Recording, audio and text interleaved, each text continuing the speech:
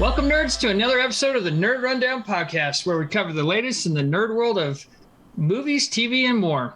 I'm your host, Aaron Simple, and back with me today is my co-pilot, Eric Hare. Hello. Thank you, everyone, for watching and listening in. You can find us on social media and YouTube at the Nerd Rundown, and you can listen to us on any of the major podcast services.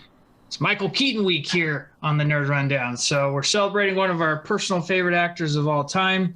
Great week for you to be back on the Rundown. Eric, welcome back. Yes. We missed you last week. Yeah, it was a good week off, but yeah, it was fun. Yeah, well, we missed you, and we appreciate Big Morg stepping up and stepping in. So, of course, we have a fantastic show for you all today on the Rundown, where we'll cover the latest on the Rundown. Then we're going to break down Michael Keaton's movie career. He's the man who made famous the phrase, "I'm Batman." I'm Batman. And then we have a really great video question from the Big Morg himself. So Morg, yeah. With that, to the Rundown. Slow week for the Rundown. So we're really kind of changing it up on the Rundown this week. It's Michael Keaton week here, and because it's Michael Keaton week, of course, there was tons of trailers released for Michael Keaton's movies for upcoming projects. He's a busy guy. Yeah, very busy. First one is a movie called Worth.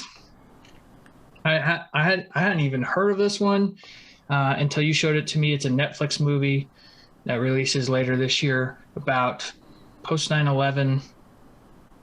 I don't really. Is it families of firefighters, Eric? I feel like you know a little bit more about it. I think it's just the people who were killed in the towers, or maybe even be the Pentagon also. But yeah, I think it's just people who perished, either on the airplanes or in the towers and stuff, and the government's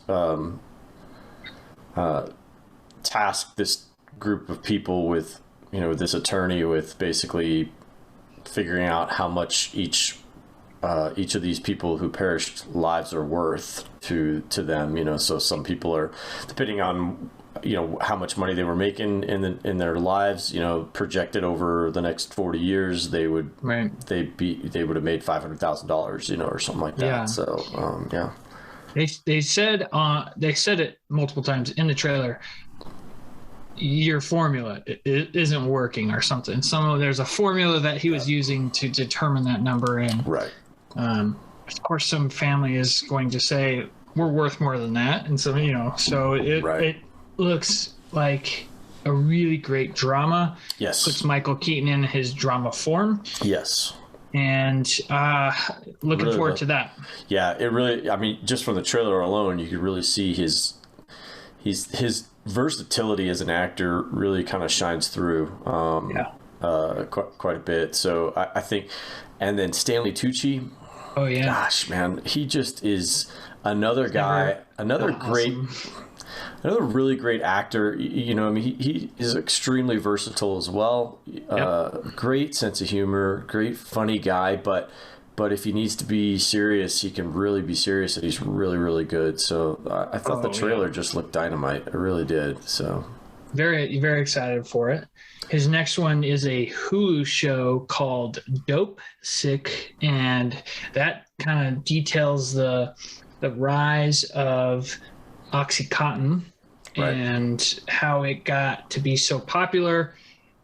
How addictive it is, and you got two sides. You got the pharmaceutical side that is saying, this is the groundbreaking drug. It's going to change the world.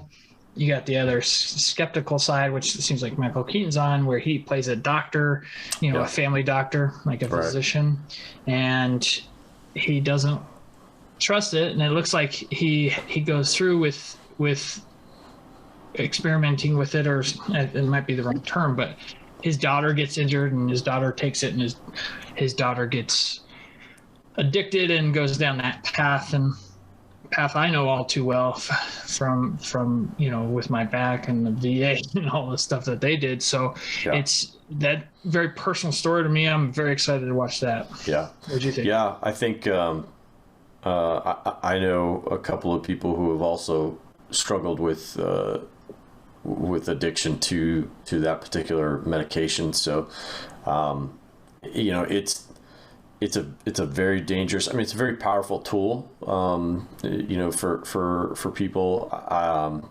But you just have to be very, very careful with it. And so, the trailer for it looked really, really great. Again, Keaton in a dramatic role. In a totally different dramatic role. Very, very much so. Yeah, very much so. He seems like a more laid back kind of, maybe a small town doctor. Right. Right. So looking forward to that. The other trailer, busy week for Michael Keaton. Right. Was a movie called The Protege, which is directed by Martin Campbell, and I'll come back to him in a second because he was in the news for something else this week. But this stars Maggie Q as an assassin, I think. It looks like it. Yes. Yep. And it puts Michael Keaton in the villain role. So it's not like he's playing the same kind of role in all these movies. He's playing different roles, and right.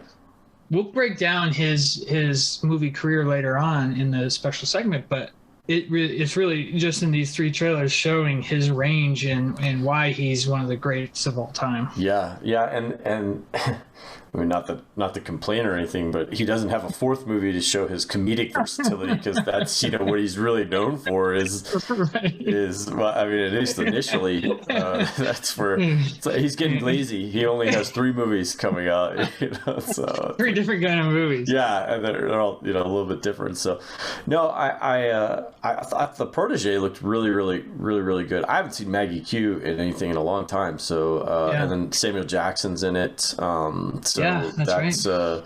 That looks pretty good.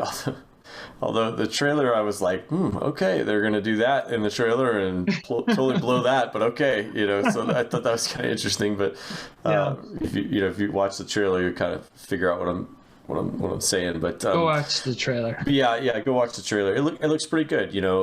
Samuel Jackson looks good. Maggie in a Q bit of a comedic form in that. Yeah. Maggie Q looks amazing, and then and again, Keaton, had such a great cold side, yes. the villainous cold side that he can kind of play out, and it's like, man, but he's still that charming, handsome guy, and you're like, man, so yeah.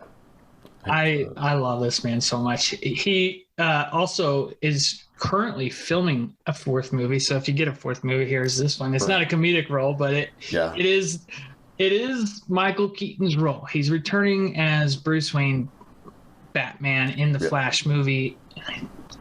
I'm so excited. It's the reason I want to see the movie.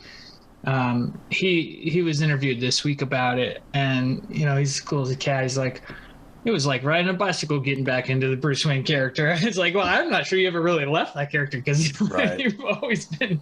I remember Tom Holland told a story on the Graham Norton show about filming Spider-Man with Michael Keaton, and he was telling a story, and I forget what exactly the details of it, where he was questioning Michael Keaton, and Michael Keaton goes, "You can't question me. I'm Batman." And Tom Holland it was like, okay, true. Never gonna question you again. That's funny. So, he can get back into that role in a heartbeat, and so very, very much looking forward to seeing Michael Keaton return as Bruce Wayne, as an older Bruce Wayne. He's like the old Bruce Wayne from the comics. So we'll see how that plays out. Martin Campbell, I mentioned for The Protege, he was in the news this week, probably because this trailer dropped, and they were asking. He was the director of Casino Royale, so he helped reboot the Bond franchise. Yep. There was another. He directed GoldenEye too, I think. Oh, did he? I don't remember. He helped reboot Bond twice. So it was GoldenEye and Casino Royale. So he's a great director. Yeah. However, he did direct Ryan Reynolds' Green Lantern movie. Yeah, and it came out this week. You know, the Snyder Cut is kind of changed Hollywood, and you know, I don't know, for better or for worse, but now all these directors are kind of feeling empowered in a way where the studios change these movies so much, and the final product, you know, they change it to what you see as the final product. And Martin Campbell came out this week saying, there's a Martin Campbell cut of the Green Lantern cut that's much better. And oh, interesting. Okay. So it's like, did we open a Pandora's box? Do we even need to see anything from that movie to, you know, I don't know. Was not a good movie. It had some bones to it that could have been good, but not necessarily. I need to be revisiting that anytime soon. Yeah. Which I don't know. Taika Waititi in it. I always forget about that. I forgot about that too. I mean, he definitely has had some good hits. You know, No Escape was a good movie. GoldenEye was a great movie. The Mask of Zorro was. Oh yeah, that's right. He did that one. He did the 2 Zorro movies. The Mask of Zorro. I always forget about that. Really great. Antonio Banderas, Anthony Hopkins. Yeah. The first one was really, really good. I loved it. Yeah. I don't really remember the second one, but. Yeah. Mel Gibson's Edge of Darkness was a really good one too. Oh. So he's done some really good stuff. Yeah.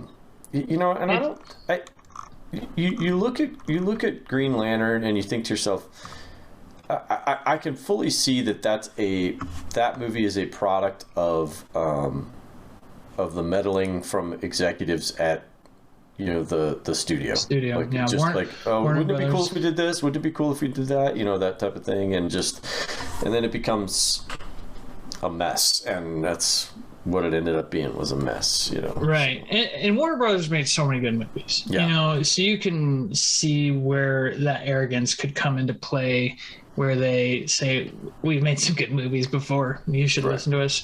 But also, when it comes to superhero movies, there's just a track record of them cutting up movies. I mean, Suicide Squad, the first one, not the recent one. Yeah. David Ayer's really been, since the Snyder Cut has come out, he's come out really in strong support of trying to get his cut of the movie released, and hopefully James Gunn's this Suicide Squad movie.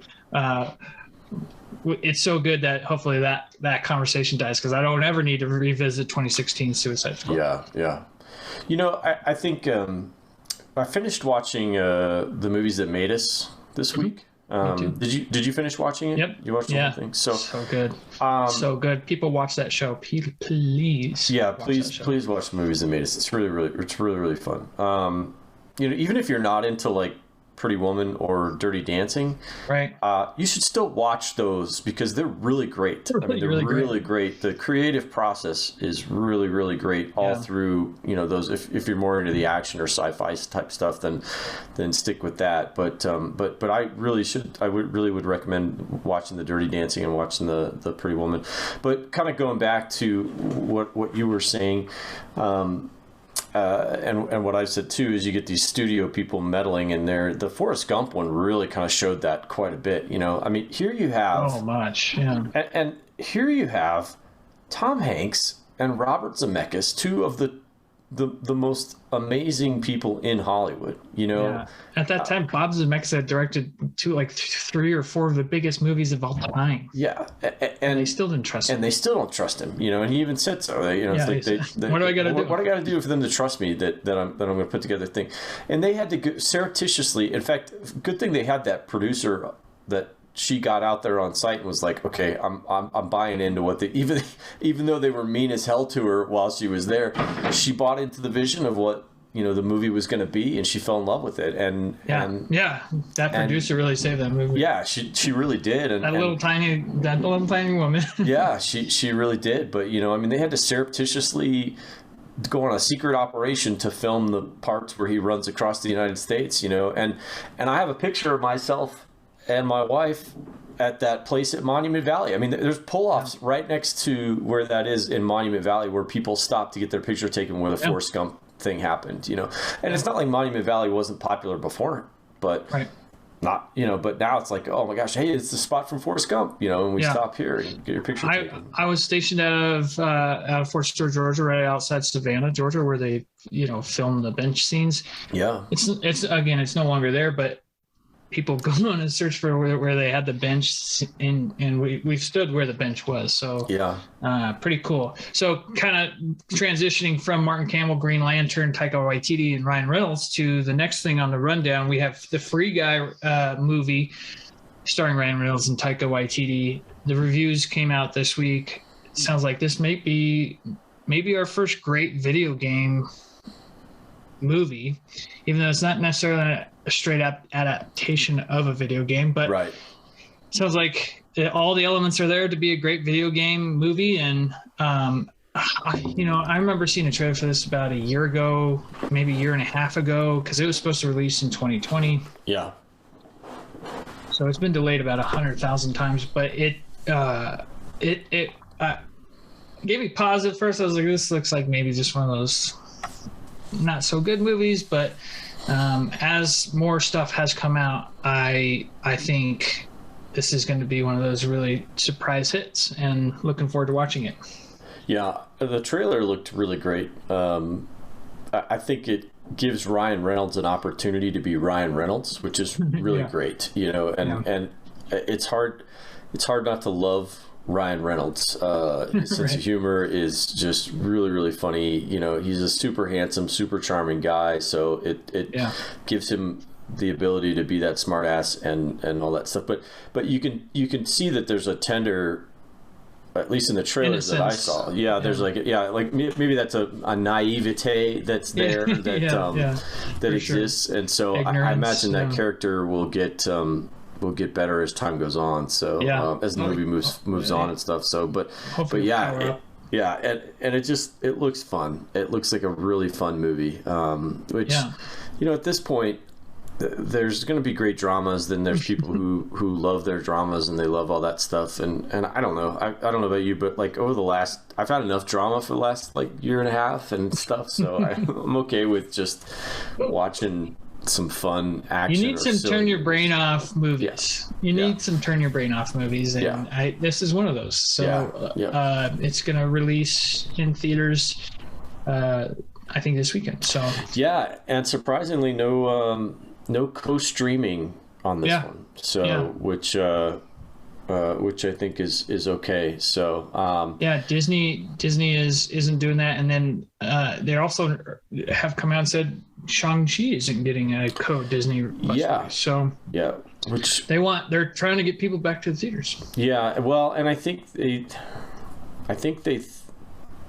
they're seeing how important the theater is, you know, to their revenue stream, because a lot of their money comes from straight out of the box office, you know. And when you go straight to DVD or you go straight to streaming, it's not quite as lucrative as it would be, you know, otherwise. So so we'll see how that ends up, but I have a feeling the box office is going to be a lot more important than they think it is. And I think you know, getting into the theater, I went and saw the Suicide Squad last weekend in the theater, and it was not very. The theater part was busy because like the Jungle Cruise was slammed, like we couldn't even get a seat to the Jungle Cruise. But the Suicide Squad was not very busy. So still people are very hesitant, and I understand with the Delta variant stuff running around. It's I think also the R rating on Suicide Squad as opposed to the PG-13 rating. Yeah. It limits, and it was very, very well earned. The R rating was very well earned in that movie. So very well. I really liked it. Yeah. I maybe we'll have to do a review on it separate from the rundown, but I liked it. Yeah. So speaking of Jungle Cruise, which movie you and I both loved, Emily Blunt is being tasked to lead Kate Warney's movie from Amazon, and producer, your good friend, my buddy Dwayne DJ Johnson. Yep. And what it is Emily Blunt is going to play a Sherlock Holmes style detective. She's the story of the first female Pinkerton detective. Yep. Way back in the days of President Abraham Lincoln, or at least even a little bit before that, because he's president-elect. And so very much looking forward to more Emily Blunt. No idea if Dwayne Johnson is going to be in it, but as a producer, I'm sure he's going to have a good hand in on it somewhere. Yeah, and she's a real character. I mean, she's a real person. You know, she's a real historical. She's a real person. She's a real person. And you know, gosh, like you said, anything to see Emily work. I mean, she's just a brilliant actress and brilliant. Seems like a genuinely amazing person. Charismatic female in Hollywood. She could be, and you know, it's probably her accent that really does it for like 80%. Like she probably like if you were to put like a different accent on her, you probably wouldn't think that she was as cool as you'd be like, nah, you know. But that accent, it's just like immediately it disarms like every American. You know, you're like, oh yeah. I have a thought that it's like at least raise your IQ points by like 25 or 30. You know, like everybody, you give them like immediately if anybody has an English accent, you think they're at least 30 points smarter, IQ points smarter than they really are. You know, guy could be dumber than a box of rocks, and he could speak in an English accent, and he'd be like, "Oh yeah, that sounds great." You know? Yeah, unless you're Brad Pitt's character from Snatch, which so funny.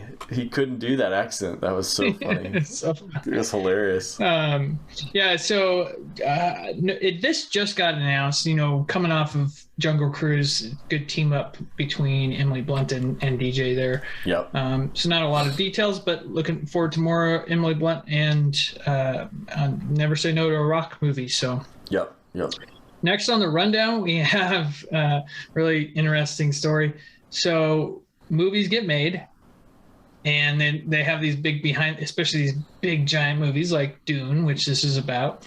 You have these like behind the scenes looks into how the movie was made, and it becomes a TV episode or even maybe a short movie. And so Dune's making of is so massive that Hans Zimmer wrote his own score for the making of. Yeah. Which how big is this? Is this another movie? Right. So far, the tracks I've heard from Hans Zimmer's Dune sound amazing. You know, it just sounds awesome, and the movie looks amazing. So when I read that article, I was like, "Are you kidding me? This is so gigantic." Right. But you know, I mean, I think we're dealing with a Lord of the Rings type epic, you know, and that seems to be like something Howard Shore would have done if he thought about it, you know, like, hey, maybe I should write a score for our behind the scenes portion of stuff, you know, and everything. So I think it's great. Well, can't wait to check that out since it's Hans Zimmer. So. Yeah, right, exactly. More Hans Zimmer. It's, you know, my wife Stacy and I have talked several times about, you know, the deserted island scenario. What would you take with you, you know? And of course, you take like 3 artists with you, and I'm like, okay, well, Hans Zimmer, top of the list, you know? I would definitely bring Hans Zimmer. It'd be a tough call, but he's put out probably more than any of the other composers, even though maybe some of the other composers' stuff I like more, like Ramin Djawadi. Yeah. I don't know. That'd be a tough call. That's maybe a segment down the road, but we both love Hans Zimmer, so looking forward to hearing this. Well, we both love our scores and stuff. You know, they had a baseball game this week in Iowa where they filmed the Field of Dreams field. They did a baseball game there, and you know, I can't help but. Every time I watch that movie, I get emotional.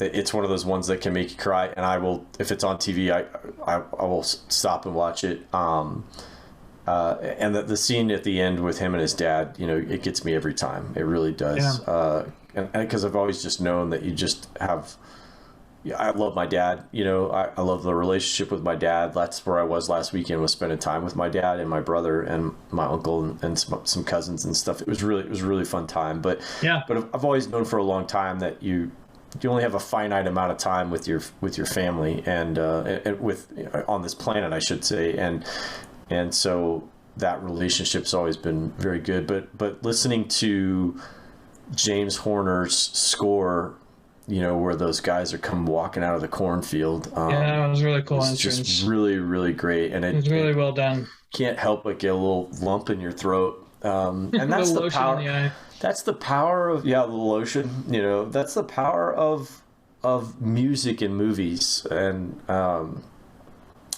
how good that stuff is. So Hans Zimmer is amazing. You know, James Horner was amazing. His stuff, you know, we lost him way too soon. Yeah.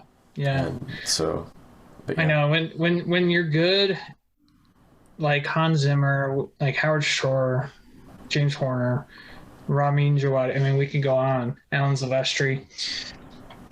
The stuff you create can move somebody in ways that you didn't ever expect, and so we talked about the best scores and stuff, or the best scored movie, and that, you know, I was watching The Lord of the Rings again this week, and I'm just like, every freaking scene, that score, it sets the tone, it raises the level of the scene, it plays to what the scene is, and it's incredible. So for love scores. We'll do more movie score stuff here on the rundown. So with that being said, let's move to celebrating a man named Michael Keaton.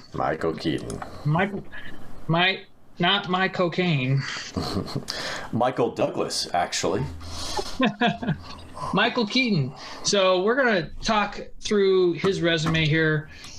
This is a guy who has been in our hearts for a very long time because, you know, he's been around since the early 80s. And to see the kind of stuff, you know, his resume is, we say this a lot, banger after banger, right? Yeah, right. He's not in a lot of duds. We won't go over every movie, but we'll touch on some of the big stuff. And you know, he got his start in TV with some of the Mary Tyler Moore Show and Working Stiffs and Report to Murphy, which I don't know much about that one, but I don't think I ever even saw that one. Yeah, that one wasn't big. And then his first big movie, which I haven't seen but you've seen and you loved, was Night Shift. Yes. Yeah. The whole premise of that movie is that Keaton stars Michael Keaton and Henry Winkler, who you don't know is the Fonz from Happy Days. So, and again, a very versatile actor that doesn't get tapped very much because he got typecast as the Fonz, and but every time he's done anything else, it's just been really, really great. Him and Adam Sandler, I think, have hooked up a couple of different times on some stuff. So, but anyhow, they play two guys that work in a morgue and start running a prostitution ring out of the morgue, and hijinks ensue. So it's and his character Bill is hilarious. Like, he's just like this high-strung kind of 80s coked out type guy, you know, and so it's pretty funny. And then Winkler plays this like super straight-laced dude, and so it's pretty funny. But Night Shift, great movie. So one of those classic 80s comedies. Yep, for sure. And then his first big project, which where a lot of people know him from, or at least know him as, this was his first big role, was Mr. Mom. Yeah. Infinitely quotable Mr. Mom. That's another That's an infinitely quotable movie for sure. He really came into stardom with that movie. So you gonna tear this all out and rewire it? Yeah. You gonna use 220? Yeah. 220, 221, whatever it takes. 221. And then he went from that to Johnny Dangerously, which is also a classic 80s movie. You love that movie. I love this movie. Like a top 5 movie? It could be in my top 5, top 10 for sure, because it just is big time. But you know, it's so funny. I was listening to this guy talk the other day about about his humor, the style of humor movie that he likes, the airplane slapsticks, like comedy. And Johnny Dangerously is perfectly like that, but again, infinitely quotable. You fucking ISIS. I'm gonna fucking kick your ISIS. And then just, oh my gosh, it just is it's so good. It's so good. Yeah. I haven't seen it in a long time. It makes me really want to watch it, talking about it. So it's so good. Yep. Then he had a string of movies that I at least don't know much about. And then it was in 1988. Huge. He got a movie that it's in the, it's one of the biggest movies of all time. Beetlejuice. And what a great movie that was. Tim Burton, Alec Baldwin, Geena Davis. Yeah, Geena Davis. Yep. Yeah, Geena Davis. And love this movie. This movie. Yeah, and it was awesome. And then don't forget Winona Ryder. It was like her first. Oh yeah, one of her first roles. I knew there was one more. Yeah. Yeah, the whole cast, top to bottom, was amazing. Even the people who were kind of bit parts in there. Otho, the guy who played Otho, I don't know what his name is, but Home Alone's mom. Yep, she was in there. Yeah, just a great cast, and really got an introduction to the mind and the world of Tim Burton, which is just slightly off kilter from the rest of the world, and in a really great way. I'm really glad that he's gotten an opportunity, because he's really opened up a different world for a lot of different things. Including the next big movie in Michael Keaton's life. But Keaton in this movie was spectacular. I mean, just it's like just let him do. Yeah. Just be as weird as you possibly can be, and as charismatic as you can be, and as funny as you can. I mean, he did that. That role had it all, and he really put himself on the map with that. For movie. Sure. Yeah, he was really brilliant. He was really brilliant, and the costume design was amazing. I mean, just across the board, it was just one of those movies that it's a universally loved movie. Yeah. So I guess that is the best way to put it. And because he put himself on the map, he put himself in position to. Sorry. Did I just hear? That was me. Sorry. Sorry. I was like, did I just hear a whistle in my head? He put himself on the map to get a really giant role in a franchise, and so did Tim Burton. Yeah. This was actually the beginning of nerds rising up in some kind of rage and complaining about casting of a person. Yeah. In 1989's Batman. Yes. Directed by Tim Burton. Yes. When he was announced as the new Batman, the new Bruce Wayne, people lost their minds. Yes. And there was no way. There was no way that Mr. Mom could be Beetlejuice, Bruce Wayne. Yep. And how wrong was just like the rage about Chris Evans being Captain America, or almost name any kind of casting announcement, and people have gone online and made a complained about it. But right, and this is 1989, so 88, 87 when I think they would have announced that. And so clearly, and I will say obviously, gotta drink every obviously, pre-internet days, I think DARPANET was running, but I don't think the internet was running yet. So this is where people wrote in, but literally wrote a handwritten letter, took the time, handwritten letter, put a stamp on it, dropped it in the mailbox, and sent it off to Warner Brothers, and was like, please don't do this, and they would interview them on the streets, outside of a comic book shop or something. I'll never forget that. In an interview I watched, I was like, I will never watch this movie. Yeah. And it's just, again, wait till the movie comes out. Yeah. Don't rate the movie before you've even seen it, because Batman 89 is all-time classic. You've got your Batman shirt on for Michael Keaton today. I do. I grew up running around apartment complexes and my house with a cape on because of this movie. I've seen Batman 89 easily hundreds of times. Easily. And it was really a visionary change because, I mean, you got to remember the last Batman we got was the 1960s campy Batman, you know. I mean, 66. Yep. We with the shark spray. Right. Yeah, right. And so again, we get to delve into the world of Tim Burton and his vision for what Gotham City is, you know, and his version of Gotham City was very dark and very Gothic. And very Gothic and Keaton's my theory on a Batman is in order to play a great Batman, in order to play a good Batman, you have to be a great Bruce Wayne. Like, you have to have this very charming, charismatic guy who's living a double life, you know, and I think that's the key to playing a sophisticated and really great Batman. And Keaton pulled Bruce Wayne off. It still is probably the best Bruce Wayne there is. You know, I've enjoyed Christian Bale's Bruce Wayne. I always thought he was really good.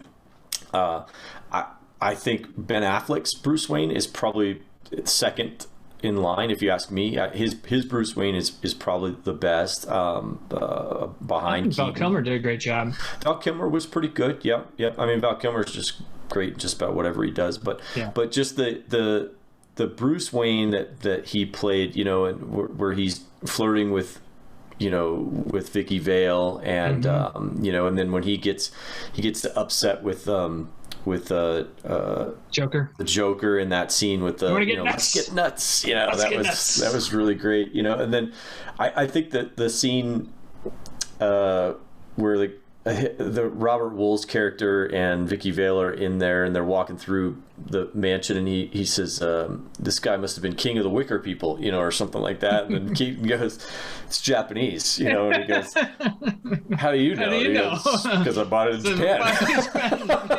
You know? Yeah. It was just this, you know, kind of throwaway style, but he just is super charming like that, you know. So good at it. And I don't know if you caught, but the Cordo Maltese from the Suicide Squad. I was like, holy smokes! Yeah, we're pulling. I haven't heard Cordo Maltese since Batman '89. You know, Vicky Vale's spread in Time magazine or Life magazine or whatever the magazine was all in the Civil War in Cordo Maltese, and then the Suicide Squad movie, the location that they filmed in is Cordo Maltese. So I was like, oh my gosh! I was like, that's a great tie-in. It was a great detail. Yep. Well, and it's a DC fake location. Yep. Just like everything in DC is fake because they don't have a New York, they don't have a Chicago, they have Metropolis and Gotham City. But I always say that you brought up such a great point about needing to have a great Bruce Wayne, because when it comes to the duality of Batman and the duality of Superman, the difference there is Bruce Wayne is always wanting to take the mask. He wants to be done with Batman. He needs to take the mask off, but he can't. Right. And so his mask is the Batman mask. Right. And then on the opposite of the spectrum is Clark Kent and Superman, where, you know, Clark Kent is Superman's mask. And so it's just really cool, one end of the spectrum to the other, and a really great take on duality. And you know, Clark Kent is Superman. That's who he is. And so his Clark Kent alias is his mask, while Batman's Bruce Wayne, or Bruce Wayne's Batman, is his mask. Yeah. And the Clark Kent is really the cover for him to have other people in his life, right, and they not have any consequences of that, you know. So because you can't destroy Superman, but you can destroy the people that he loves and he cares about. So you know, and kind of the same thing with Batman, but really Bruce Wayne doesn't really care for anybody, you know? You know, but he keeps it that way, you know, and his villains just won't let him take his mask off. Right. Right.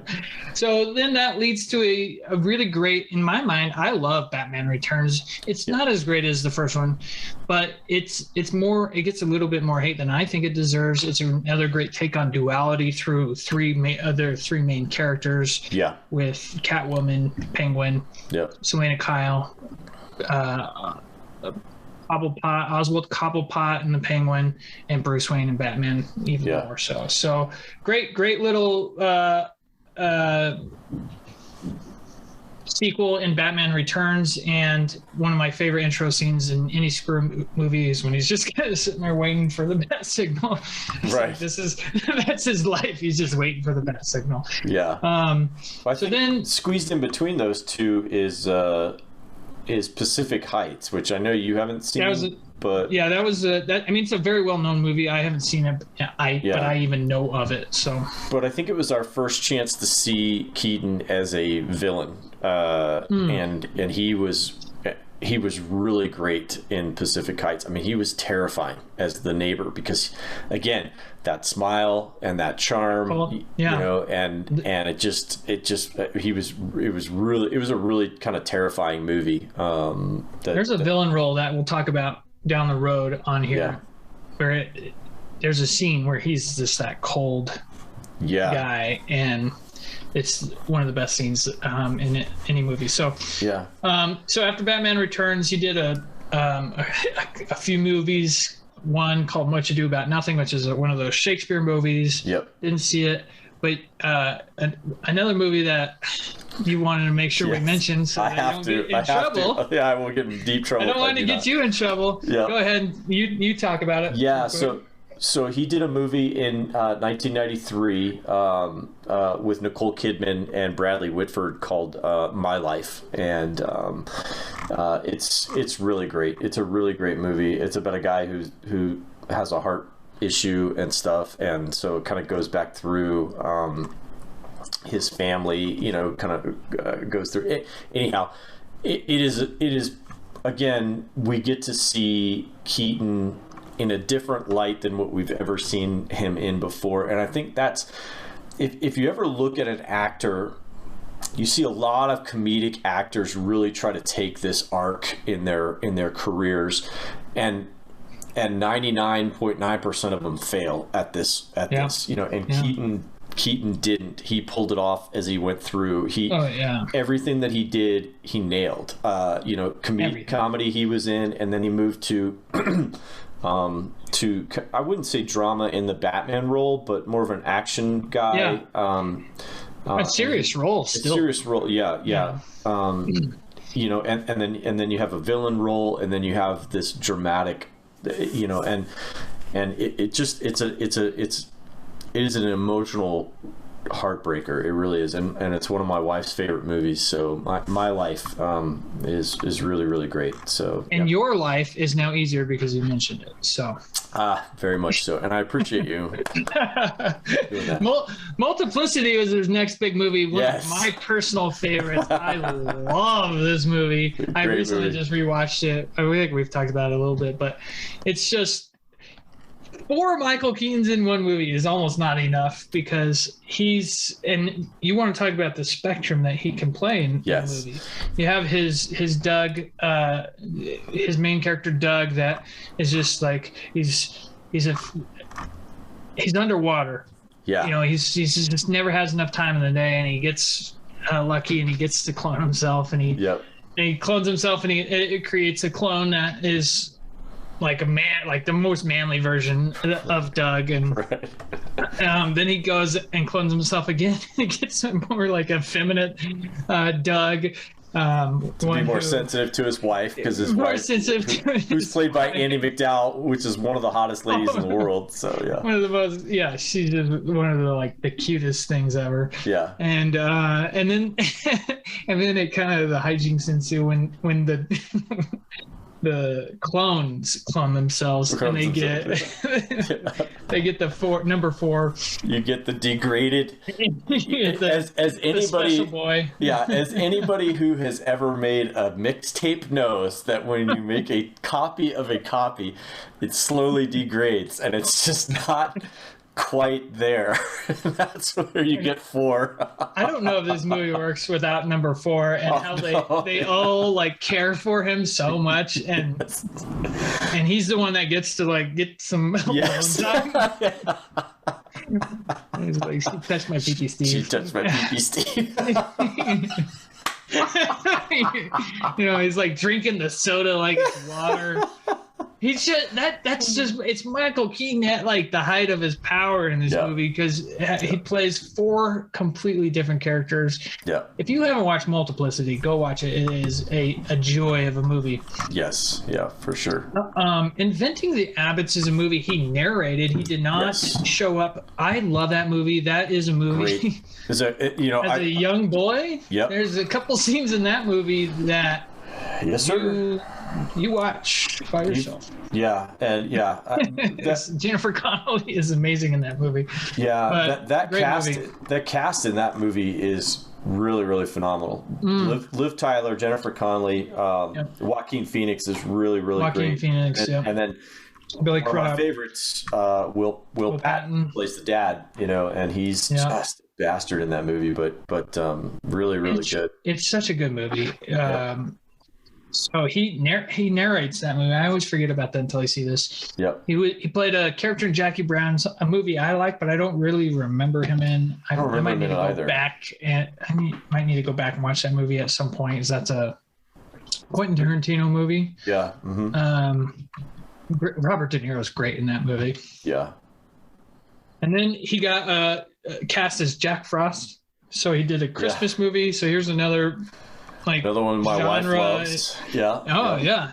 It's a classic Christmas movie. Of the Jack Frost variety. It's in our Christmas list every year that we have to watch the Christmas movie marathon that we have. Jack Frost always works its way into it. So I think we need to add that to our list. It's such a good one, and it's Keaton. So why wouldn't I? And then he kind of went on. He still was working. He didn't do a whole lot. He took a kind of some time off, and he did some TV stuff with The Simpsons and King of the Hill, and he did a small TV movie. Yep. And then his first kind of big return to the movies was a movie called White Noise, which really surprisingly great movie. Yeah. Kind of a twist he didn't expect in it. So I'm trying to think who's his son in that movie. I didn't see it, so I don't know. I do know that he also started. It's his wife, not his son. But Chandra West. Maybe I'm thinking of a different movie. Anyway, I may need to go back and revisit that movie, because I remember liking it now, but now I might be confusing it with a different movie. Yeah. He was in the movie Cars.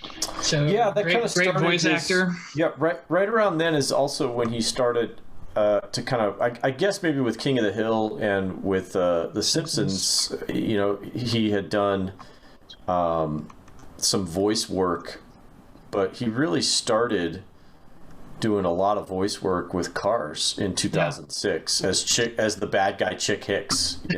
Such a good name. He was such a good name. Such a jerk. His character was such a jerk in that. And it was really great. So which opened the door for maybe my favorite, my top 3 favorite roles of Michael Keaton's is he voices Ken in Toy Story 3. Yes, he's so good. He might be the funniest person in that whole entire movie, which is Morgan, it was his #1 trilogy last week, and talking about it over the course of the week, I'm like, I probably need to go back and start watching those movies because it's so good. And then we made it Michael Keaton. I started watching Michael Keaton clips of him in Toy Story 3, and really, really, really great job by Michael Keaton. You should watch as Ken. If you don't have time to watch if you don't have time to watch Toy Story 3, do yourself a favor and see if you can track down the short film they made called Toy Story Tunes. It's Hawaiian Vacation. What's it called? Hawaiian Vacation. Oh, okay. And it's like 5 minutes long. It's super. I need to watch it. But it gives you a delicious taste of how great Michael Keaton's Ken character is in just a quick 5 minute setup and everything. And, absolutely. And the rest of the cast is really great too. That they switch on Buzz's Spanish mode, and then they have like a glow stick, and he's like doing a fire, he like does the fire tossing and stuff, and he's like, it's really funny. So, I need to watch that because more Ken doll, Michael Keaton as Ken doll. Yes. And I just this is Ken's dream house. There's a whole room where you could try on clothes. Yeah.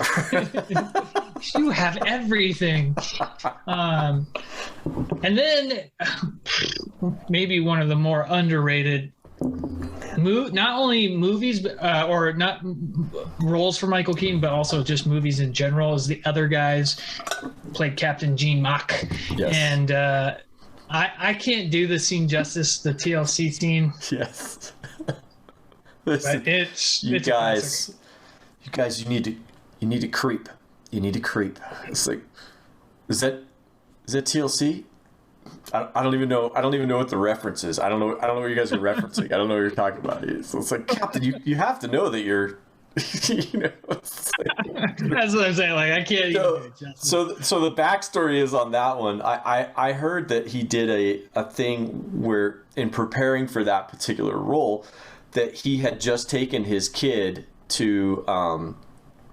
In his mind, the captain had just taken his daughter to college, and the two of them were in the car together, and the whole ride there she made him listen to TLC music. So he's got it in his head, it's like in his head. He's like, listen, subliminally. Right, yes, it's subliminally in his head, so he doesn't even know it's there. And so when it comes out, it's and the way it comes out in the movie is so great. I mean, there's so much absurd stuff in that movie as it is, that's just outrageously funny. Right.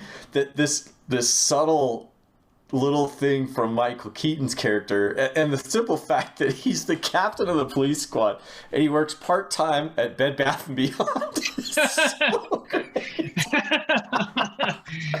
It's so underrated. The apron, he's got the apron on. Yes. It doesn't get enough love, that movie. No, it doesn't. It really doesn't. But it gets better, I think, with age too. The older that one gets, easily, the better that one easily. gets. It's got Will Ferrell, Mark Wahlberg. Great movie. It's got my buddy DJ and Samuel L. Oh, that's right. That's right. Man, I need to go back and watch that movie. Yep. Okay, and then from there, I could tell he got kind of picky on his movies because I don't remember him in Blindsided, or no, I'm thinking of The Blindsided. The Blindside, I don't know what Blindsided is. I don't know what Blindsided is. RoboCop, I think, is an underrated reboot. Agree. It's a little more hate than it should. A lot more hate than it should, because it was actually not bad. Yeah, Joe Kinnaman. Yep. Joe Kinnaman took over the RoboCop suit. So, and then he did Need for Speed, which was not a good movie. So, no, it was not good. You can't win them all. But again, going back to RoboCop just real fast. Yeah, he's the villain. He's the bad guy in that one, and which was great. Because he along. I'm not gonna say that he's an Alan Rickman level, but he's up there with the reason why he plays such a great villain is because he plays such a great hero, or just a likable guy, that when you see him in that, you're like, no, like when is he going to be the good guy again? And then when it never happens, you're like, no, so absolutely. And remember that point, because I'll bring that up again soon enough. Yeah. Then he did there's Birdman. So after Need for Speed, Birdman, and that's the movie he finally won an Oscar for. Yes. I'm not sure if that's even his best performance, but it was long overdue at that point because the man can outact most of Hollywood. Oh, absolutely. And so he was then in a movie called Spotlight, which I think Spotlight won Best Picture. I believe it did. Yeah. Mm-hmm. Great movie. It's got Liev Schreiber in it as well. Great movie about the Boston Globe reporters who kind of broke the Catholic priest story. Scandal. Yep. Mm-hmm. Great movie. I didn't see the founder. I really wanted to, but he played the guy who founded McDonald's. Ray Kroc. Yeah. Mm-hmm. Yep. Mm-hmm. And then he got back into the superhero franchises in Spider-Man Homecoming as Adrian Toomes, the Vulture. Yep. And this is the scene I was talking about, the scene in the car, or even from the moment Peter knocks on Liz's door and Michael Keaton's character opens the door, and that reveal that he's Liz's dad. Yeah. And Peter's face the entire time of just like he's so afraid of this moment. This is like it's like the most Peter Parker scene I've ever seen. Yeah. And Keaton in that scene, the way he's just like he's like a great dad at first, a little bit plays into the intimidating dad. Right. And then in the car as he slowly figures it out, and then as he figures it out, and right. Why don't you go inside, Gumdrop? I'm gonna give the old dad talk. And he turns around with a gun, and that cold persona that he can play, going from like this likable, intimidating dad, right, to this guy who's talking to a 15-year-old kid and is like, I'll kill you and your whole family. Right. Get in my way. Like, yeah, right. Just like, holy cow. That scene is a top 3 MCU scene for me. I remember being in the theater. My heart was racing during that scene. Not because I thought Peter was going to die or that Adrian Toomes was going to die, but just that whole reveal, that whole scene, it's so tense. Yeah, the intensity. Wondering how it's going to play out. Yep. Love that scene. So, yeah. And love his character. And he's rumored to come back in the Jared Leto Morbius movie as Adrian Toomes, as we get some multiverse stuff going on in the MCU. So, see how that plays out. Yeah. American Assassin was his next movie after that. Really good. Very, very underrated movie. Yeah. There were apparently Dylan O'Brien. Yeah, like you said, or I think when we were talking about it, that he was involved in an accident of some sort, and it kind of derailed the future of that particular character. It sounds like because that one, Keaton's character, is really, really great at being that mentor. That assassin. And badass. That assassin, badass mentor to the main character in the movie, and it was really great, really, really great. So, and then Dumbo. I don't know about you, but the remake of the Dumbo movie, I didn't enjoy it as much. I thought it was really, his character was again a really good villain. So he plays a really good, when is he not a good villain? Yeah. Yeah. So. It's big in our house. We watched it quite a bit. So the original was so scary. yeah, for sure. So. And then we get into the movies that we talked about on the rundown. So right. Thank you, Michael Keaton. Big thank you from the Nerd Rundown on just an incredible career so far. Hopefully we get more of you. Very much looking forward to what's coming up for you in Worth, in Dopesick, The Protege, The Flash, Morbius. I haven't watched The Trial of the Chicago 7, but I think that's on our list. That was up for Best Picture. Yep. Joseph Gordon-Levitt's in that as well. Yes. So a movie with JGL and Michael Keaton, how can that not be good? Gosh, I haven't seen JGL in anything in a while. He's starting to come out with some more stuff. He's got a show coming out on Apple TV, Apple Plus, whatever they're calling it, and this. So we salute you at the Nerd Rundown. Michael Keaton, thank you for your body of work that has provided so much nerdiness to us. For sure. All right, NRDbox time.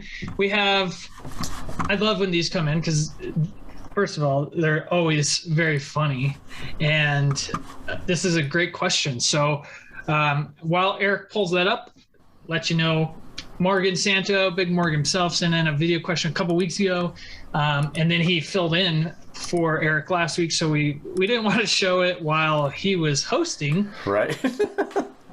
And so here it is. If you want to go ahead and press play, and we'll be hands off and listen to the great Big Morgan himself.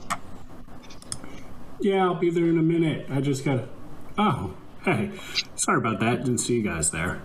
But while you're here, I want to bring up a couple things and ask you a question. First of all, how dare you talk trash on that Walking Dead trailer? We all know this season's going to be amazing. It's going to be flawless. The trailer's got me hyped. As far as what they're doing, I would say that they're not looking for a cure. They're not hopefully fighting a big bad, who knows. I think they're just trying to carry on Rick's legacy of essentially rebuilding humanity, just trying to get everybody to realize that we need to be good and work together to fight this and overcome and come back to something normal. But, you know, I'll save that for when I'm invited into your Walking Dead special. But my question is, who do you guys think is the most powerful Marvel superhero? So not just the MCU, just Marvel in general. And the most powerful DC superhero. Again, that's not just the movies, it's everything, all the lore, whatever you want to consider in that category. Just curious what your thoughts are. Thanks, and I'll talk to you guys soon. Wow, Morgan. Always. Great job. Hats off to you on that question. Yeah, always pushing the boundaries there.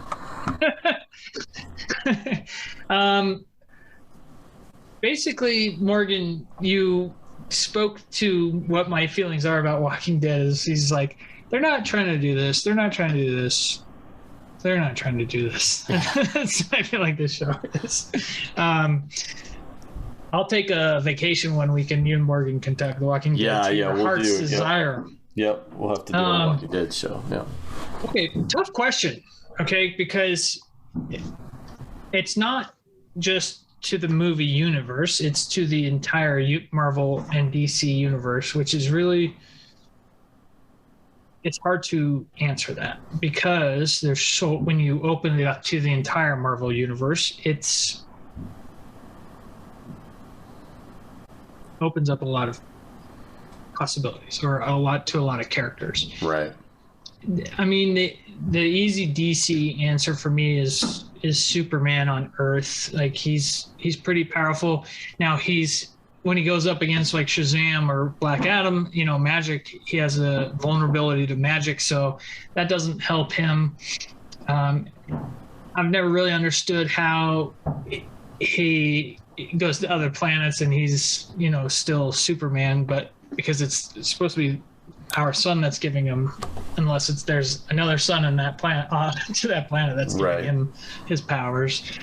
But that's without knowing a lot about, you know, the entirety of the DC universe. So for me, that answer for DC is Superman, but that's probably wrong and also not right, or, you know, very general answer there. Yeah. As far as Marvel, this is tough because when you look at certain areas of the Marvel universe, they all kind of have their own power set. I mean, you got people like Jean Grey, who's an Omega 5 level mutant, who even before she gets the Phoenix Force is incredibly powerful. Right. And then she gets the Phoenix Force, and she's almost an unstoppable force. Now, the Phoenix Force is mostly a villain, and, you know, she carries some of that after she gets rid of the Dark Phoenix Force and is a little bit of the Phoenix for a short time. So she's powerful in that way. You also have your heroes in the cosmic side of the universe, and so you have people like Guardian and Silver Surfer, Silver Surfer plays both sides. Those guys are really powerful on the cosmic side. You have Quasar, Adam Warlock, Nova. Those guys are really, really, really powerful on the cosmic side.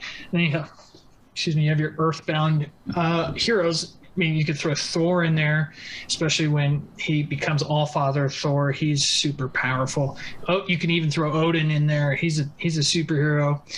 So it's really hard to come up with a real answer to that question. And if I had to, like, gun to my head, answer that with one answer, I don't know. I would have to probably say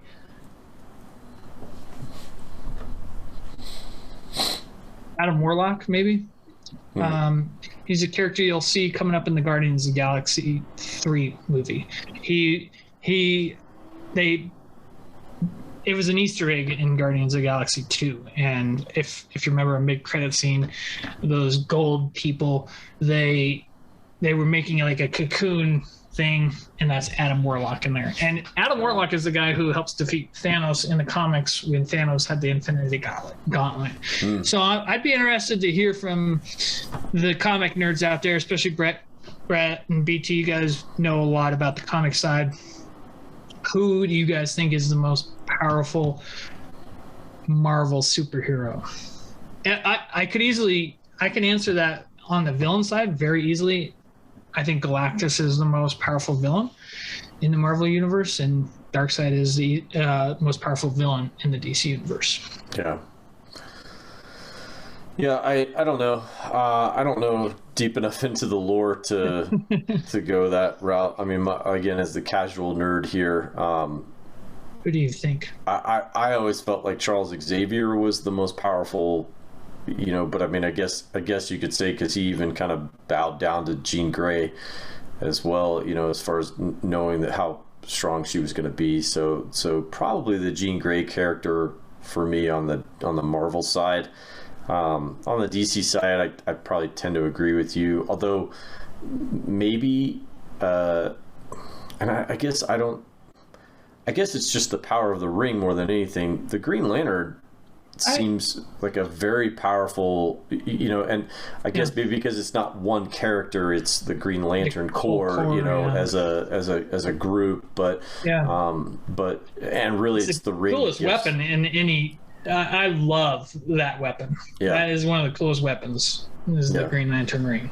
So I would probably put the Green Lantern. I would probably say, in addition to your Superman, I would say, hey, have a look at the Green Lantern, because I really think that's a pretty, even though he's not on my wall of superheroes here, I do consider him to be one of the best. So he's one of my top DC characters. I love Green Lantern. We talked a little bit about it earlier. If you have a really creative mind, you could be a really powerful Green Lantern. So. Yeah, right. All right, great question, Morg. We love the video questions. We really appreciate it, and thank you, Eric, for all your insight today and letting us talk about Michael Keaton. That was a lot of fun. I could talk Michael Keaton all day long. So absolutely.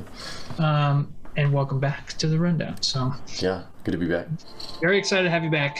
Next week we don't have. I nailed my mic.